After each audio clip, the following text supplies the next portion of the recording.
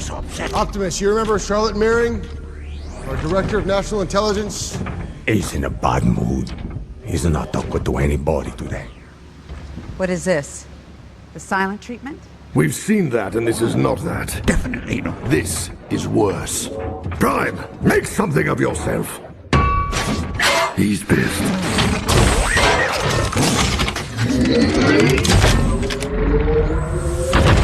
You lied to us. Alright, so before we dissect this video and get to the topic, there's a couple other videos that I need to show you guys, like this one. As we can tell, the cab of Prime's truck right here, you know, the big blue part where like you would sit, and they usually have a bed in the back for the truck driver and stuff. So in this transformation, you can see it roll back, right? And then it flips over and becomes his feet. That's like the basis of his transformation usually. And then I want to go ahead and show the very first transformation that he's ever done on screen. You can see the nose of the truck right here. The part that like the sides of the nose fold out or slide out and they become his forearms, right? Like right here, you can see that. And then later on in the video, in his transformation, right here in the corner of the screen, you can see his hand like slides out from the nose of his truck, making his forearm right there. All right, so, and then to further, you know, plant this dot into your guys' head. Here's the scene where he jumps out of the truck. You know, nose of the truck slides out, becomes his forearm right there. And then again, once he does his land and dive roll transformation, you see his arms slip right there into the nose of the truck. All right, so now that we have those planted into our head, we can go back to this scene, right? So first off, I wanted to show again the nose of the truck, right? They become his forearm, but in this scene, the whole front of the truck just slides right into his abs like normal. Now, I mean, usually in his original transformation, it's just this part. I mean, like, altogether, his transformation's a little weird, because you always see his, the nose of the truck is his forearms, right? But he still has a little sliver of it in his abs. Where that comes from, I don't know. But there's a lot more noticeable going into his abs in this scene. Yet he still has his forearms, all right? And then, again, going back to his legs, you know, being the cab of the truck, you can kind of see him raised right here. It's his cab. And then you can still see it right here and a little right here. They become like these wings, as you can see up here. Because in this scene, he's supposed to be mad, right? Humans are lying to him. And so, you know, Transformers in the Bayverse live action, they kind of transform differently based on their moods and threat level. So, I mean, you could say, oh, you know, it's like an angry transformation. But still, like, his cab turns into his legs. But as you can see, he still has legs, right? But they're up here making, like, this wing effect as he's, like, angrily transforming and about to slam on the ground. They become these wings. And it's not the only time in Dark of the Moon that this happens. Here, let's zoom in right here. As soon as he hits Driller, like right here, you can see where his cab starts to crack open, and it becomes these wings. Like, it doesn't fold into his legs like it should.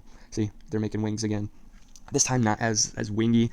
These look more like just two panels that ultimately just slide into his back, it appears. And then that's the end of that scene. He goes off screen to finish his transformation. But yeah, so 2 panels that fold into his back there. And then most people that are like that like stay tuned with the story, they will say that Q or Wheeljack, this guy, upgraded him, and that is noticeable in his Dark of the Moon design.